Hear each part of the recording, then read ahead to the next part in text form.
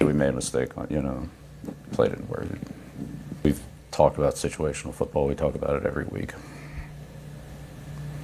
But we've got to do a better job playing situational football. I thought I saw Mac open. I didn't see Chandler Jones at the time.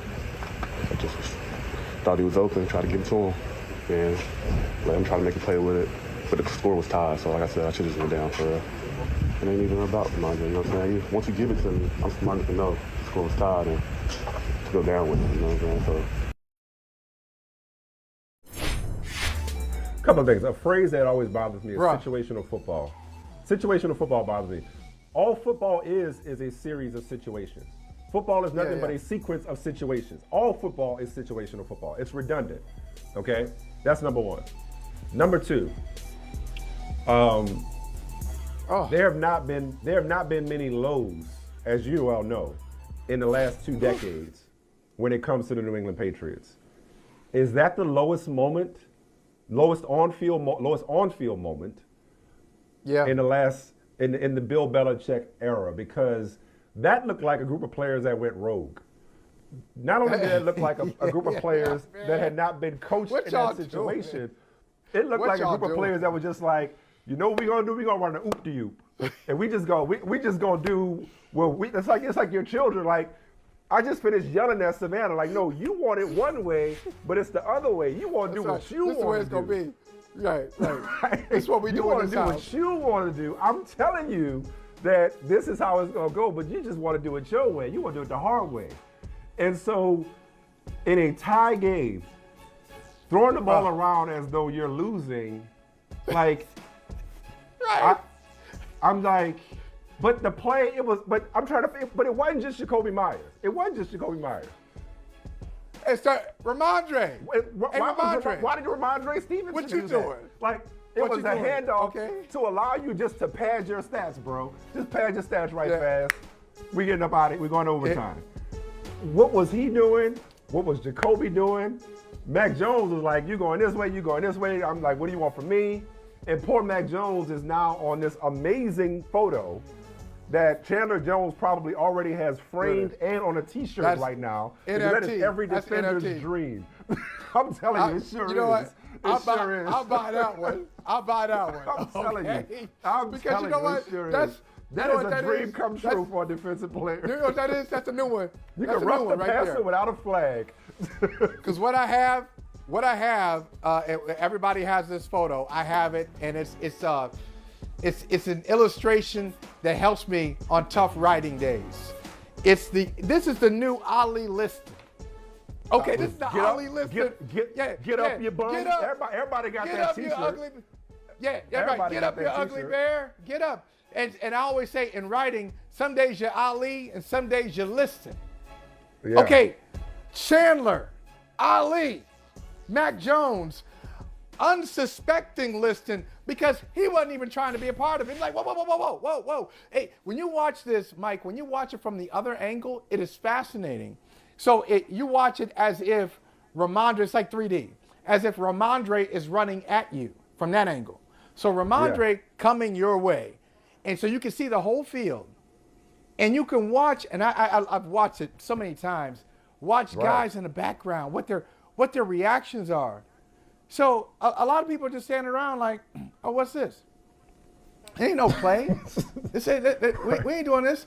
And then when it goes the other way, you watch David Andrews. Once it winds up, David Andrews does like this. Like what was we doing? Okay, what happened? Now, this is when you know you really messed up. There are two phrases I've heard. You asked the lowest point. This is the lowest. And the second lowest I'm about to describe to you. So the second lowest point of the entire dynasty, plays, like singular plays. Miami? Patriots were in Miami. Yeah, 2018. I think it was 2009. When they put Gronk back there. Yeah, when they put Gronk back there. Okay, here we go. He said they put Gronk back there. They put Gronk back. Yeah. Gronk. When a Hail Mary was never going to be a Hail Mary. Right.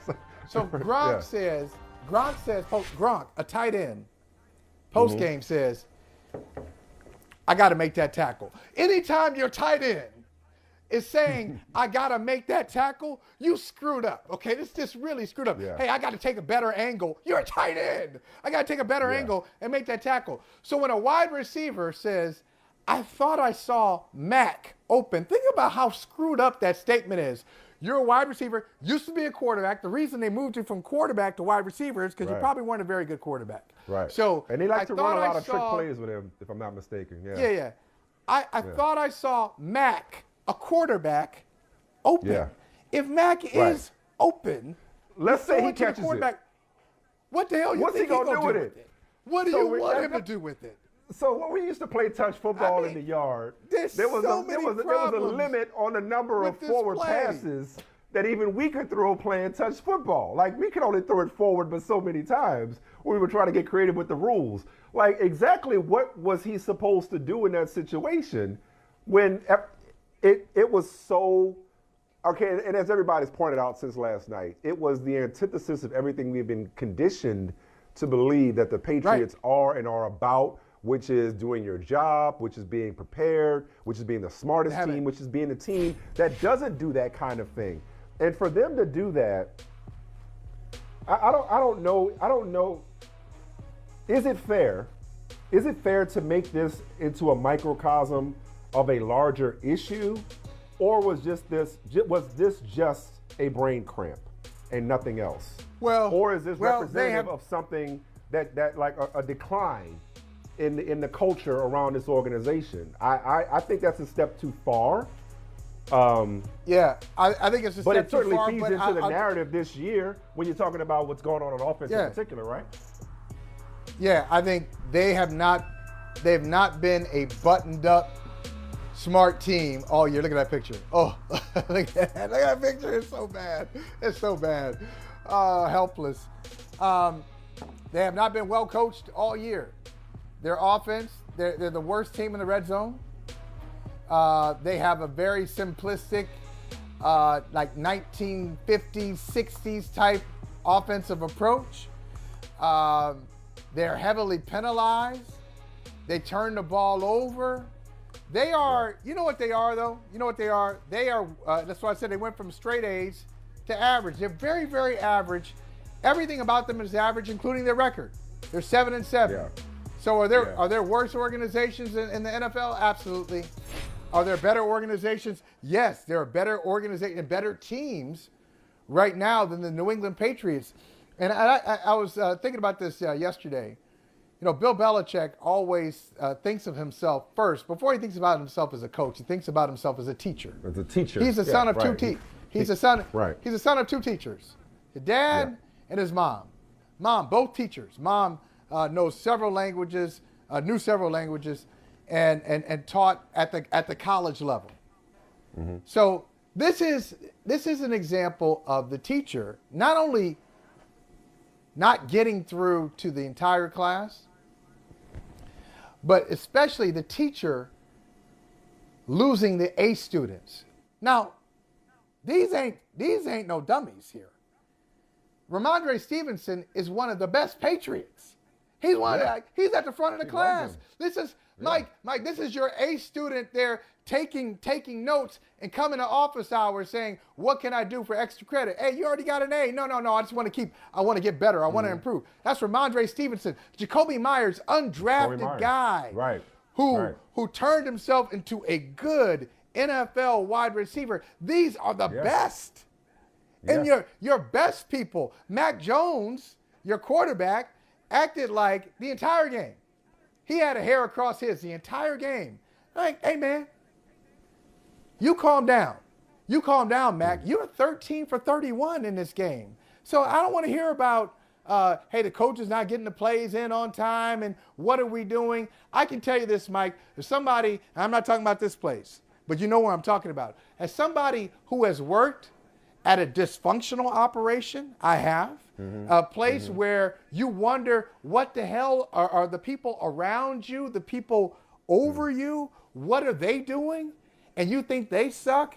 I can tell you, somebody who's been in that situation, what I said was, okay, I need to do my job. No matter what happens around me, I need to be great. I can be better. I can improve. Let me stop pointing my fingers at other people and he didn't do that, she didn't do that. Let me handle my business. So the Patriots, they're that kind of team. They have gone rogue. They are undisciplined. And they're exactly where you put all that cocktail together, and what you have is some good, some bad, some craziness. And that's the worst place to be. That's the worst place to be. That's the most frustrating place to be.